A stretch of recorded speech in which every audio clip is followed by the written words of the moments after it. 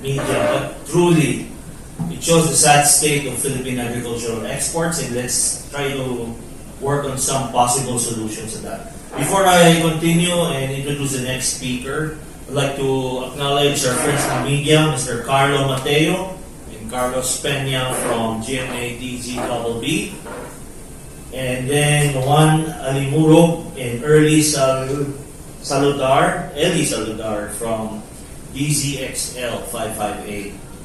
Those online are as follows: guests from Zoom, Edwin Seymour, CQ, Industrial Polymers Colloids, Elaine Alfonso. We have our director from PICAFE, Mr. Edwin Chen, and our rice expert, a colleague of mine when we were in the Department of Agriculture, si Dr. Art Salazar. Welcome to our kapihan, gentlemen. So, nakakalungkot yung statements na ibininyag ni Mr. Tom Pinina, but those are the realities. Tama po yun, no? When I was in the DA, ang favorite export commodities namin, tawag namin tropical salad. Banana, pineapple, papaya. Tapos may seaweed, may shrimp. 25 years today, ganun pa rin ho. Kaya yung sinasabi nga nito, we need to develop new commodities and support those who are into it. But to continue our discussion on part 2, we now work on the supply chain, the logistics components. Ito naman yung how to bring those commodities to the end markets. Let's listen to the president of the Bayside Terminal and Transportation Services Incorporated. Please welcome Mr. Renato Pamintuan. Magandang umaga po sa inyong lahat. Ating mga officers dito, pinabati ko din ng good morning. Ang ating pong agriculture in the Philippines ay based on 1950s na existence. Mula noong 1950s hanggang ngayon, hindi pa nagbabago ang ating agriculture. Bakit ko sinabi yan? Madali lang nakita kung bakit totoo yan. Una, nagbibilad pa rin ba ng grains ang ating mga farmers sa roadside, sa basketball courts? Number 2,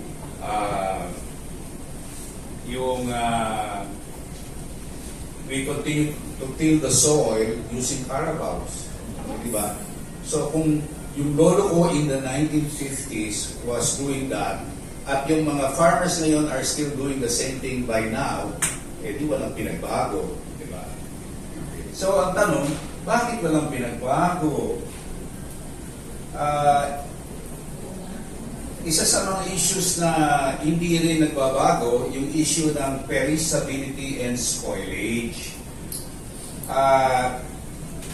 Yung perishability and spoilage, ever since na nagkaroon ng farming, yan yung number 1 problem. Sinosolve ba ng gobyerno natin yung problema ng perishability and spoilage? Hindi. Bakit? Wala namang cold chain eh. Alam niyo ba kung bakit napakalakas ng imports sa Pilipinas?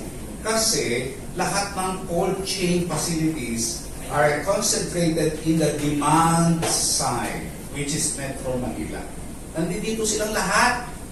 Bakit? Kasi ang importation is by the Port of Manila. So therefore, pagdating nila dito, kailangan may sasalo agad sa kanila at i-distribute sila sa cold chain facilities.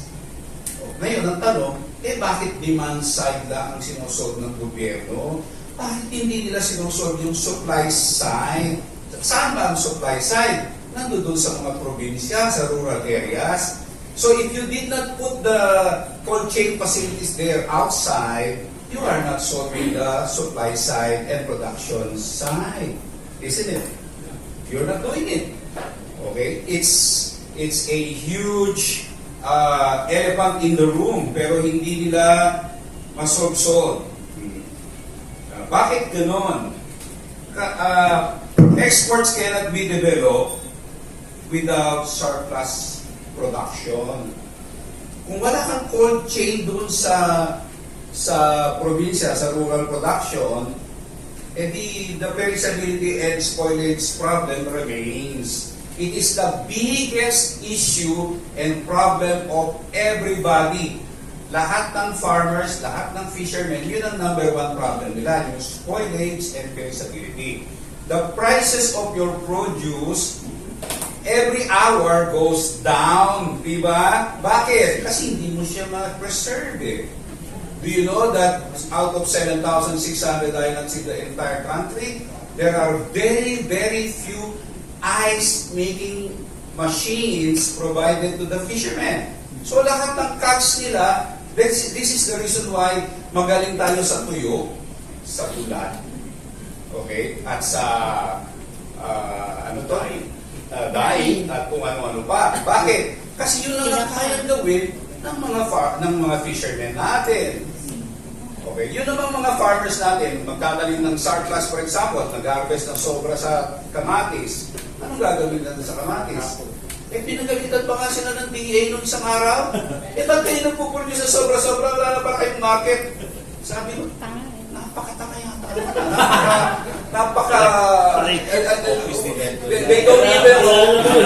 They don't even know why and wherefore they exist. Diba? Saan ka ba? Saan ka ba nakalagay sa scheme of things? Diba? Kung hindi mo ba naiintindihan yun, at pinagalitan mo pa yung pobreng mama na nagpo-produce ng surplus para supposedly lumaki yung kita niya, pinagalitan mo pa. O, diba? Eh, di napakalaking katamaan nun, diba?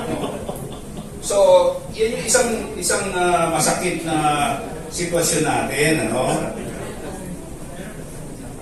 Isa pa. So, hindi tayo makakapag-produce ng exports, idudugtong ko sa pinag-uusapan natin, hindi tayo makakapag-export kung wala tayong surplus. Diba? Wala ka na nga surplus eh. Kulang nga sa pagkain ng domestic, mag-export ka pa. O hindi nga mangyayari. O in short, ang gobyerno natin sa Pilipinas, hindi totoo na nagtatrabaho sila para sa export. There is no such thing. Everything, katulad na sabi ni Tom, is just to make it appear that they are busy doing things. Diba? Hindi totoo yun. Okay, example na lang ha. Ito, tatanong ko sa inyo ha. Meron ba kayong narinig ng programa ng DA na tinatawag na National Agriculture Export Program? Meron ba kayong narinig na gano'n? Wala. Wala. Kung wala kang National Agri Export Program, edi wala kang budget doon. Kung wala kang budget doon, edi wala kang managers. Kung wala kang managers, walang pupuntahan ito, walang policy, walang direction, walang gabay, nothing. It's all just lip services. Hindi ba? It's all just lip services. So, kung wala ka naman palang ganoon, ay yung pinag-uusapan natin. Ang meron tayo, very good tayo sa import program. As a matter of fact, all produce today are imported. Yeah.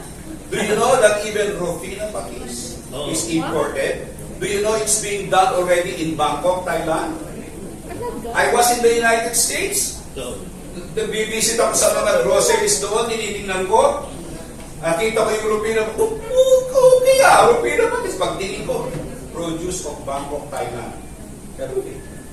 Whatever. If they can sell, if the Thais can sell Rufina patis in the United States, why can't the Philippines sell it in the United States? Diba? You have to ask yourself the question. I opened a glass freezer. Nagulat ako. Do you know what I saw inside? Hito, steam, cut, vacuum pack, made from Vietnam. Sabi ko, hito. At saka, do you know who buys all of this? The main buyer in the United States are the Filipinos. They are forced to buy the Thai, Vietnamese, Indonesian, Malaysian, even Latin American products because there is nothing coming from the Philippines. There is a huge market there for such tropical products that the Philippines is not enjoying, is not being able to optimize. Sayang, di ba? So kung wala tayong programa pala sa export, eh di, ano pa yung pinag-uusapan natin dito? Niloloko lang natin ang sarili natin kasi wala namang National Agri Export Program. You know, from the 70s until now, there is no such thing as a National Agri Export Program. I submitted to the DA a concept paper. Sabi ko, let's do, I went to the high value crop bit of the DA and I posited the query. Sabi ko, meron ba kayong tropical fruit tree plantation strategy? You know, today, planting of trees is a huge issue, di ba? But DA itself does not have a tropical fruit tree plantation strategy. Do you know how much Vietnam earned out of selling tropical fruits? Pinagyayabang nila in 2020, 2020. They earned US $8.5 billion for export of tropical fruits. Why can't we do it? We cannot do it because wala naman tayong export program. Pangalawa, wala naman tayong tropical fruit tree plantation strategy. If there is no strategy to plant fruit trees all over the country, despite the DENR's expenditure of billions and billions and billions of pesos, so, walang mangyayari sa atin. We are not really aiming for export, sa totoo lang. Di ba? Clear ba, no? Di ba? Maliwanag na maliwanag, hindi naman talaga tayo, puro lang tayo lip service eh. Sa totoo lang, lip service lang. Wala naman talagang programa. Siyempre, yung addition sa problema, yung VAT na yun. So, isa pa yun. Kung may programa tayo sa exports, dapat doon na-filter yun. Diba? Nakita yung problema na yun. So, teka, hindi na yung export natin. Okay, isa pa. Meron ba kayong narinig na in any of the departments of government, meron ba kayong narinig na quota or target volumes? Is there such a thing as quota or target volume? Meron ba nagsabi na mag-export tayo ng suha? Example lang, export tayo ng suha, at least 1,000 containers on 1 year. Wala naman gano'n eh. Kung wala ka naman palang gano'n, wala kang target, wala kang programa, wala kang budget, wala kang management, niloloko lang natin sarili natin. Diba? Hindi totoo yan. Kunwari lang yan. Puro para lang mapag-usapan. Pag napag-usapan, tapos na. The following year, the same problem rolls all over again. And the following year, it rolls all over again. So, wala naman palang mangyayari dyan. Kasi nga, niloloko lang natin sarili natin. Di ba? So, ano yung issue natin dito? You know, I was invited to UPLB one day, many years ago. And there, they asked me to talk about food and logistics. So, because that is my businesses, I gave the talk. Mga 1 hour and a half na talk explaining the whole supply chain, logistics, and whatever. After that, there's the room was jam-packed. Siguro mga 300 top students of UPLB and professors. After that, because I'm open for questions. Somebody was asking questions. So, so, binaligtad ko yung sitwasyon. Sabi ko, sige, let me ask you the question then. Okay? Is value chain and supply chain part of your curriculum? You know what the answer was? No. So here we are. What then is being taught at the UPLB, at College of Agriculture? They're only teaching them about farm operations. In short, if there is a coin, half of the coin lang yung tinuturo sa kanila. Yung other half of the coin from harvest, post-harvest, processing, distribution, marketing, and exports is not part of it. This is the reason why all of the bureaucrats that we have who graduated from the top universities of agriculture in the country cannot develop the value chain and supply chain because they never studied it. So we have a problem in our educational system. We are teaching a 1950s educational, agricultural educational system that has remained in the 1950s and has not moved forward. All others that went over here to study whatever it is that we're studying, paglabas nila, nag-aaral din sila ng value chain, nag-aaral din sila ng supply chain, and then they develop the whole thing. This is the reason why kung bakit hanggang forma lang tayo, hanggang display lang tayo, puro lang tayo forma, no? Just for show. Kunwari, sasabihin, can you just imagine, from the time the President BBM sat down as Secretary of Agriculture, what did he say? Value chain, right? Yes. From then until now, is there any talk about development of value chain? Did they even call us up? Did they talk about us with supply chain people? Nobody has called us. Nobody has talked to us.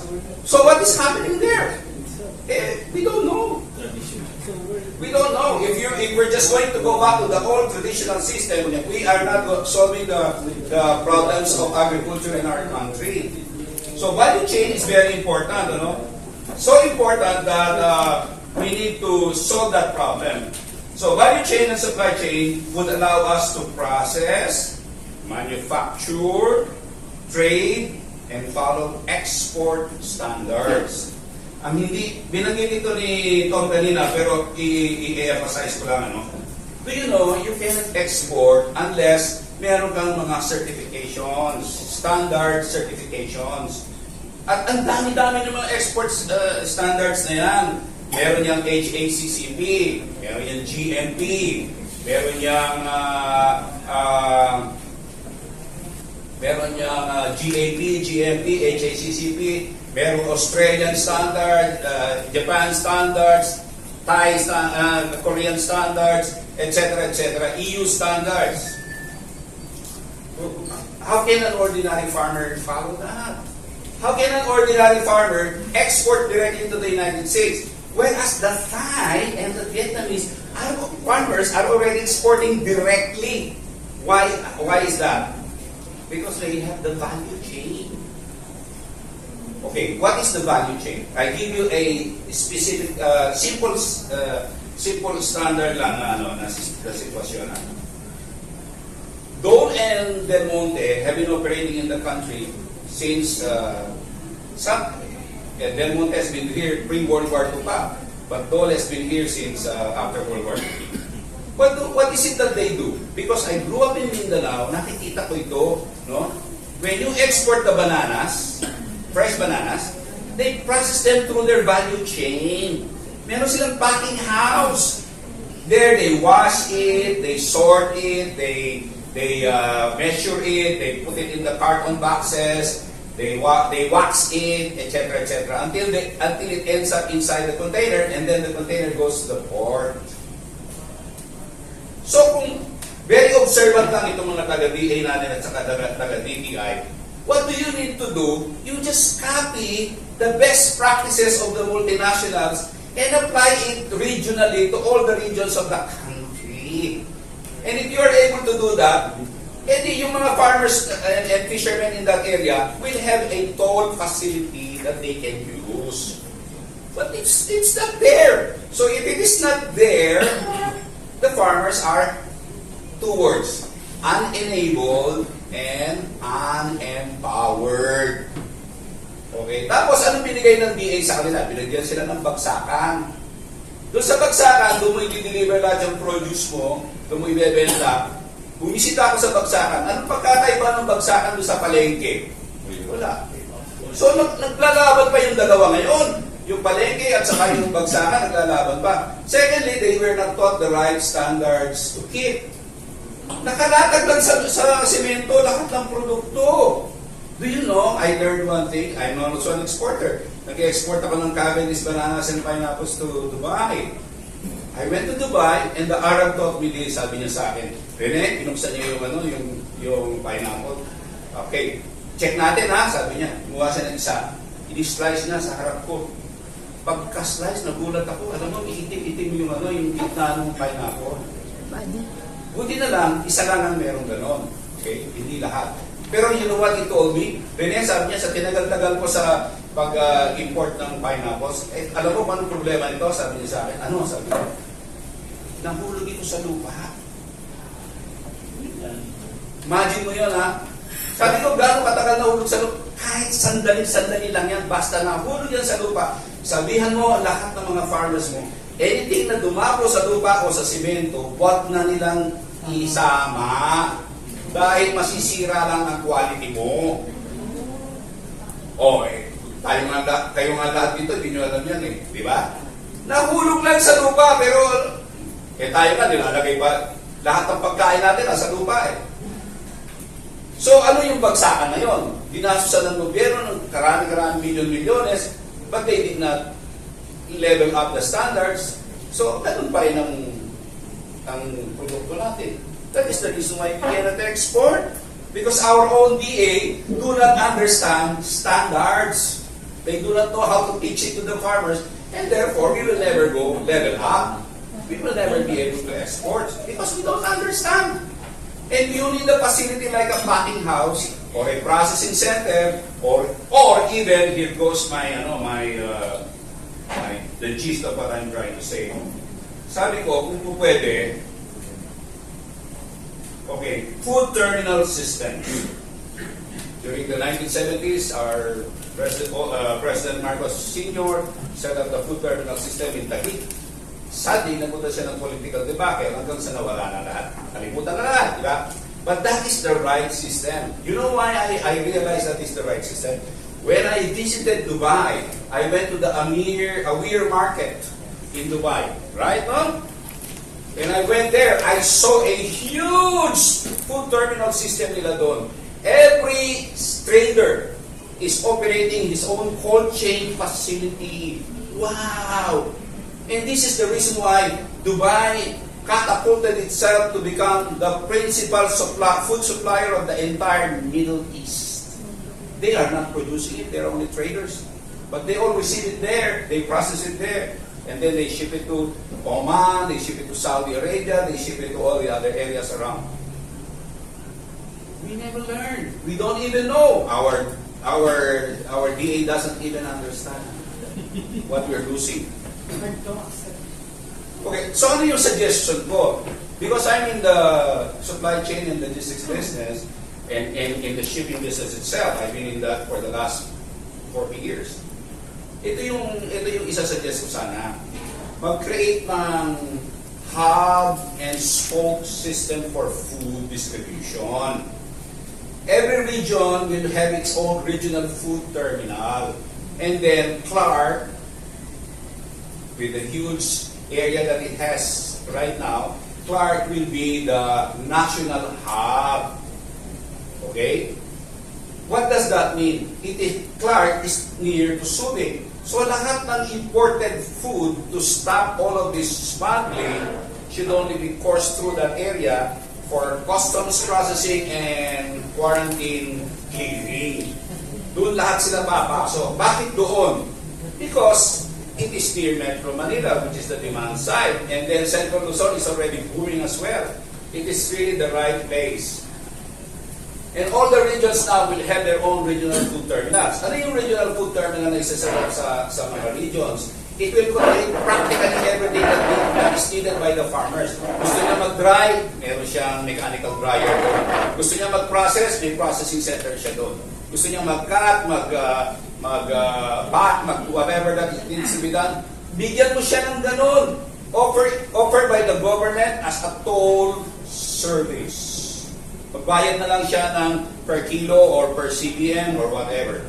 Di ba? He doesn't have to set it up. And then, the certification part will be easier because ang isa-certify na lang ng gobyerno, yung buong terminal. Anything that does it there, they already are using the certificate of the terminal. O di napadali lahat, di ba? And then everybody who uses the terminal, ipa-pesa zone mo na yun. So that everybody who uses it will be VAT certified. I will talk to you later. May solusyon ako sa problema. Mamaya. Matayin na ba? That's no meaning. So yun yung mga dapat natin gagawin. Now, why is this so? Because you know what? kanina pinag-uusapan ng grupo dito, the problem in the Philippines is system. Systems ang problema, and nobody knows how to do a system. We need a food distribution system. We need a food logistics system. Ano yung system? Ano ba yung terminal? Terminal is part of a system. Diba? May bus terminal. Bakit ka may bus terminal? Para may system. Bakit ka may port and airport? Because those are terminals. It provides efficiency, it provides cost savings, it puts order into everything, everything is properly done. Eh, hindi tayo ganun eh. Free for all tayo eh. Open, license fair tayo eh. Everything is open eh. So, if we are not going to do it like that, forget it. We'll just talk. Sabi nga kanina ni Tom eh, ano lang siya eh, ano tayo mo kanina? Yung one-aid solution ng lahat eh. Why is it one-aid solution? Because they don't know how to create systems. Thank you very much. Okay. Thank you.